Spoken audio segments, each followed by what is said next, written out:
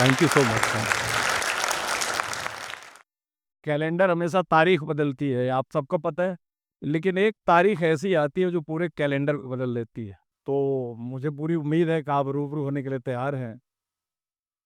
वाकया ऐसा है कि थार की तपती रेत के बीच अकेला खड़ा था एक नौजवान।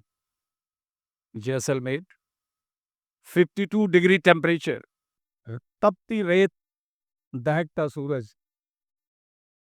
तालियों के नाम पे सिर्फ रेतीली आंधी और मिराज में जूझती पहचान, कीलों में गुम होती दिशाएं, और उनके बीच खड़ा था वो रोज रोज की चुनौतियों से जूझता था।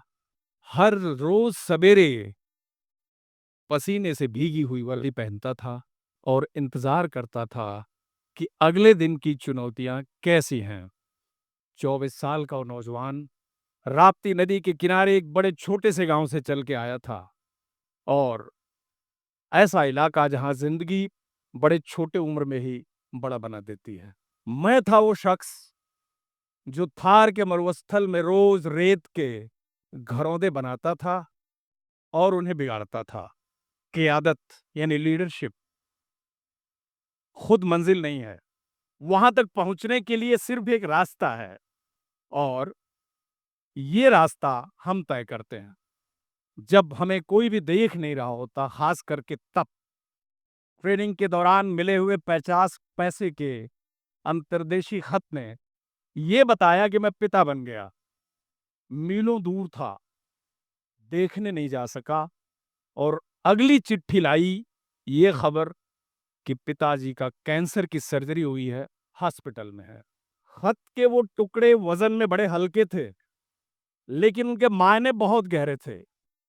तो ये बताने की कोशिश मैं कर रहा हूं कि सरहद के प्रहरी जो अपने परिवार से हजारों मील दूर रहते हैं, वो उसको अपने सपनों का घरौंदा बना लेते हैं।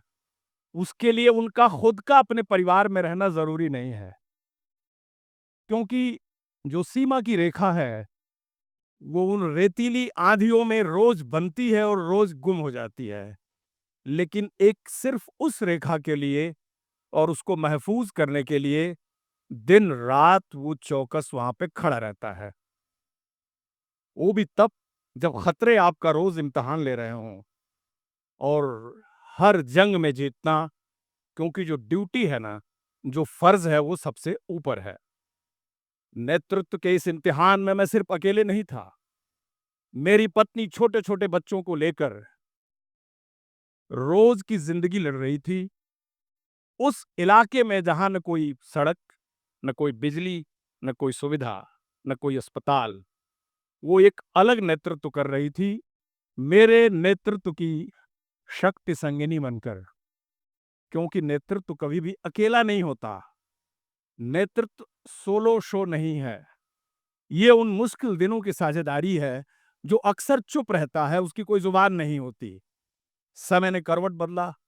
रेतीले टिब्बों से निकल के पंजाब के जूझते हुए मैदान से मैं वापस कश्मीर की उन वादियों की तरफ बढ़ा, जहां पर बहुत ही खतरनाक खेल शुरू हो चुका था। देश की हिफाजत में पीछे हटने का कोई तरीका नहीं था।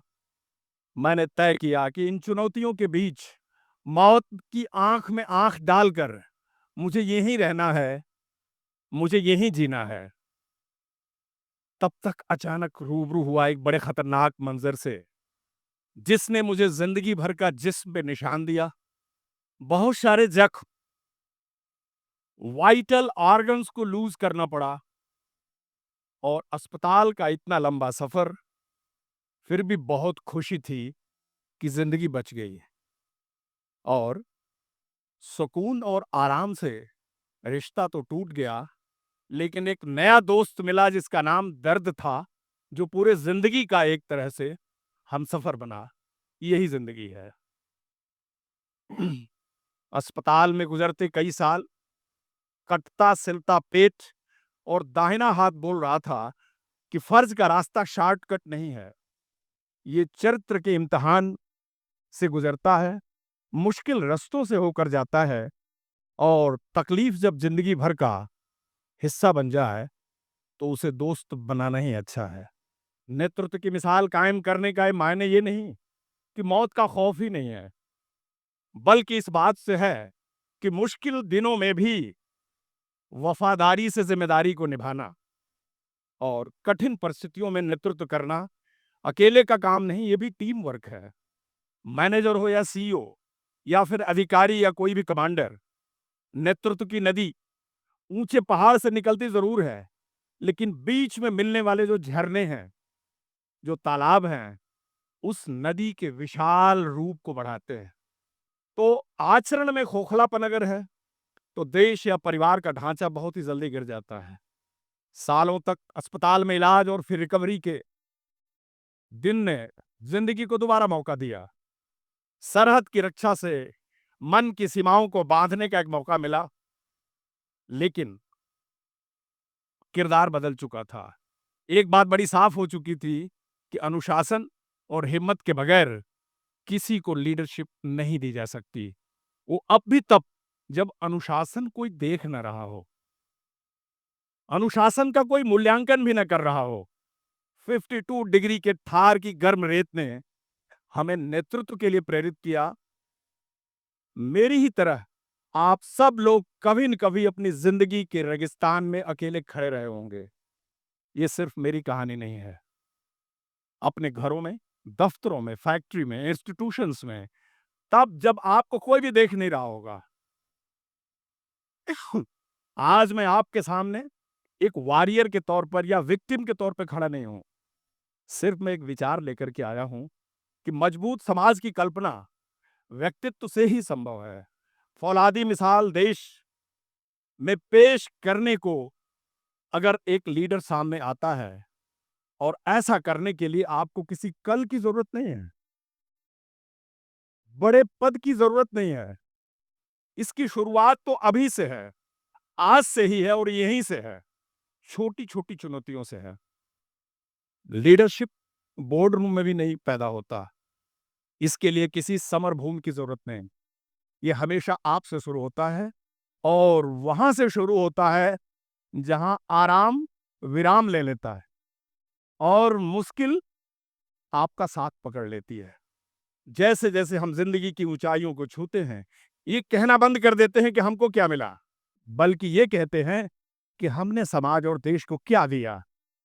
जब आप जवान होते हैं तो जिंदगी आपके ताकत की परीक्षा लेती है, लेकिन जब आप उम्र की दरिया से चल के डेल्टा में घुसते हैं तो समझ, मानसिकता, ये आपको टेस्ट लेती है और यही हमको आजमाती है।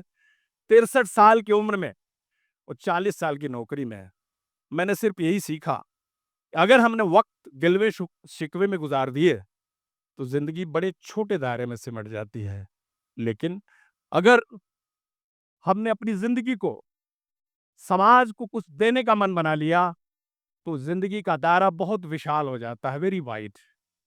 ये इसकी बेसिकली टीचिंग है। नेतृत्व इसका नाम नहीं कि हमने कितना जल्दी और कितना ऊंचा मुकाम हासिल कर लिया। जिंदगी इस बात से मुयस्सर करती है कि इस मुकाम पर जिस देश और समाज ने मुझको पहुंचाया, मैंने वापस उसको क्या दिया। अंग भंग होने, वाइटल ऑर्गन्स को लूज करने या विकलांगता का मेरे मन में कोई मलाल नहीं है। जिंदगी ने मुझे हर मौके पर वही दिया जिसकी मुझे जरूरत थी। जिंदगी को मेरी जरूरत थी और मुझे जिंदगी की जरूरत थी। उम्र दराज में सोच ही असली फलसफा है। जिंदगी के माने सिर्फ इसी में है कि जो मिला उससे सीखा और जो बच गया वो दिया। शायद आपको मेरा ये मैसेज पसंद आएगा और लोगों तक पहुंचाने में मदद करेगा, क्योंकि वापस मैं वही लाइन दोहरा रहा हूं कि कैलेंडर रोज तारीख बदलता है, लेकिन एक तारीख ऐसी आती है कि कैलेंडर बदल जाता है। आप में वो शक्ति है, वो नेतृत्व है, वो जज्बा है कि आप एक्स्ट्रा क्या समाज को दे सकते हैं। Thank you. जय हिंद, जय भारत।